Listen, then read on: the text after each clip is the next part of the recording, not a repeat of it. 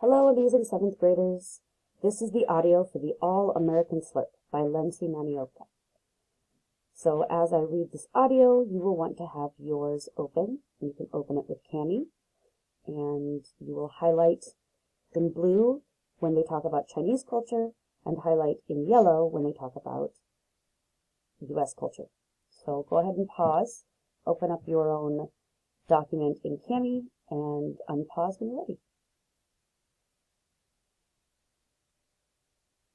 Okay, here we go. The All-American Slurp by Lindsay Manioka. The first time our family was invited out to dinner in America, we disgraced ourselves while eating celery. We had emigrated to this country from China, and during our early days here, we had a hard time with American table manners. In China, we never ate celery raw or any other kind of vegetable raw.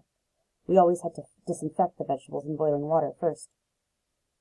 When we were presented with our first relish tray, the raw celery caught us unprepared. We had been invited to dinner by our neighbors, the Gleasons. After arriving at the house, we shook hands with our hosts and packed ourselves into a sofa. As our family of 4 sat stiffly in a row, my younger brother and I stole glances at our parents for clue as to what to do next. Mrs. Gleason offered the relish tray to Mother. The tray looked pretty, with its tiny red radishes, curly sticks of carrots, and long, slender stalks of pale green celery. "Do try some of the celery, Mrs. Lynde," she said. "It's from a local farmer, and it's sweet." Mother picked up one of the green stalks, and Father followed suit. Then I picked up a stalk, and my brother did too. So there we sat, each with a stalk of celery in our right hand. Mrs. Gleason kept smiling. "Would you like to try some of the dip, Mrs. Lynde? It's my own recipe. Sour cream and onion flakes with a dash of Tabasco sauce." Most Chinese don't care for dairy products, and in those days I wasn't even ready to drink fresh milk. Sour cream sounded perfectly revolting. Our family shook our heads in unison. Mrs. Gleason went off with the relish tray to the other guests, and we carefully watched to see what they did. Everyone seemed to eat the raw vegetables quite happily. Mother took a bite of her celery. Crunch! "It's not bad," she whispered. Father took a bite of his celery. Crunch! "Yes, it is good," he said, looking surprised. I took a bite, and then my brother. Crunch, crunch. It was more than good. It was delicious.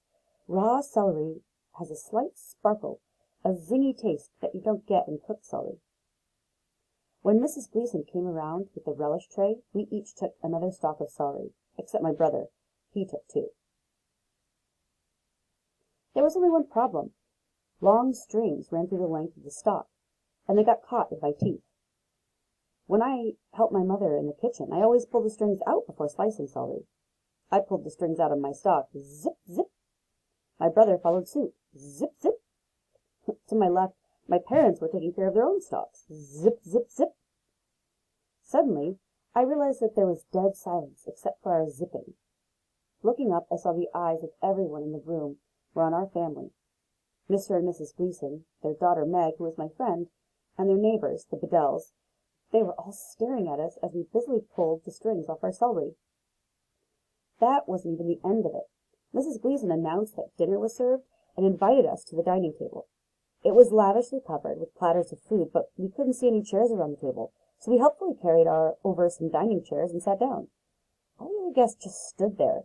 Mrs. Gleason bent down and whispered to us, "This is a buffet dinner. You help yourselves to some food and eat it in the living room." Our family beat a retreat back to the sofa, as if chased by enemy soldiers. For the rest of the evening, too mortified to go back to the dining table, I nursed a bit of potato salad on my plate.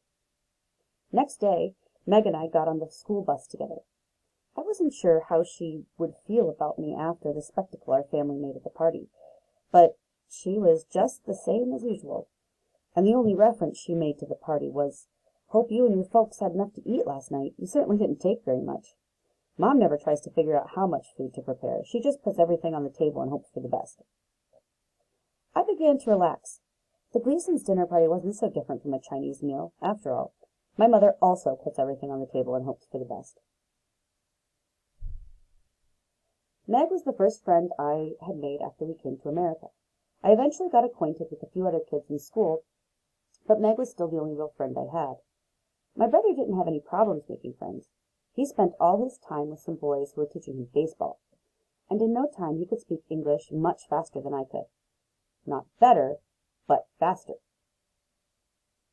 I worried more about making mistakes, and I spoke carefully, making sure I could say everything right before opening my mouth.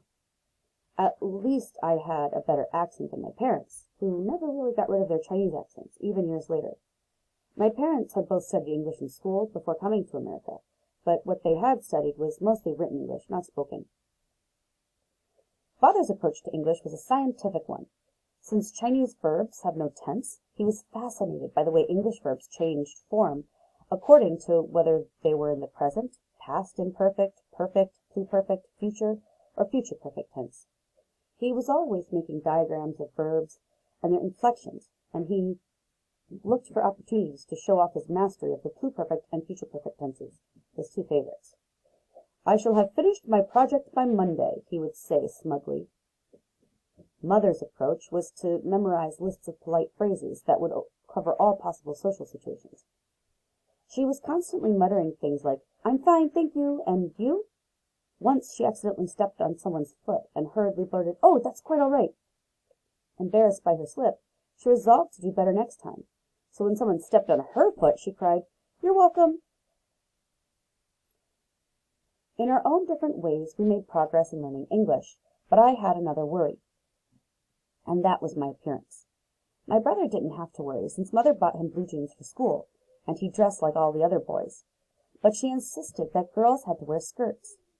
By the time she saw that Meg and the other girls were wearing jeans, it was too late. My school clothes were bought already, and we didn't have any money left to buy new outfits for me. We had too many other things to buy first, like furniture, pots and pans. The first time I visited Meg's house, she took me upstairs to her room, and I wound up trying on her clothes. We were pretty much the same size, since Meg was shorter and thinner than average. Maybe that's how we became friends in the first place. Wearing Meg's jeans and t-shirt, I looked at myself in the mirror. I could almost pass for an American. From the back, anyway.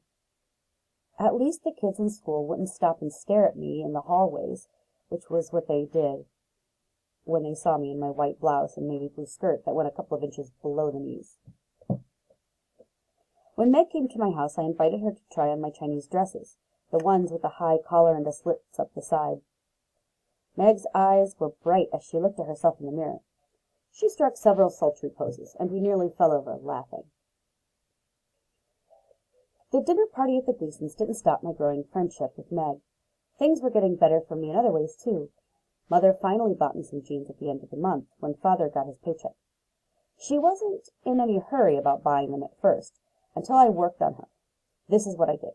Since we didn't have a car in those days, I often ran down to the neighborhood store to pick up things for her. The groceries cost less at a big supermarket, but the closest one was many blocks away. One day, when she ran out of flour, I offered to borrow a bike from our neighbor's son and buy a 10-pound bag of flour at the supermarket. I mounted the boy's bike and waved to my mother, "I'll be back in 5 minutes." Before I started pedaling, I heard her voice behind me. "You can't go out in public like that. People can see all the way up your thighs." "I'm sorry," I said innocently. "I thought you were in a hurry to get the flour." For dinner we were going to have pot stickers, fried Chinese dumplings, and we needed a lot of flour. "Couldn't you borrow a girl's bicycle?" complained Mother. "That way your skirt won't be pushed up." "There aren't too many of those around," I said. "Almost all the girls wear jeans while riding a bike, so they don't see any point in buying a girl's bike." We didn't eat pot stickers that evening, and Mother was thoughtful. Next day we took the bus downtown, and she bought me a pair of jeans. In the same week my brother made the baseball team of his junior high school. Father started taking driving lessons, and Mother discovered rummage sales. We soon got all the furniture we needed, plus a dartboard and a 1,000-piece jigsaw puzzle. 14 hours later, we discovered that it was a 999-piece jigsaw puzzle. There was hope that the Lynns might become a normal American family after all. Okay, we're going to stop there. That is part 1, and I will make a part 2.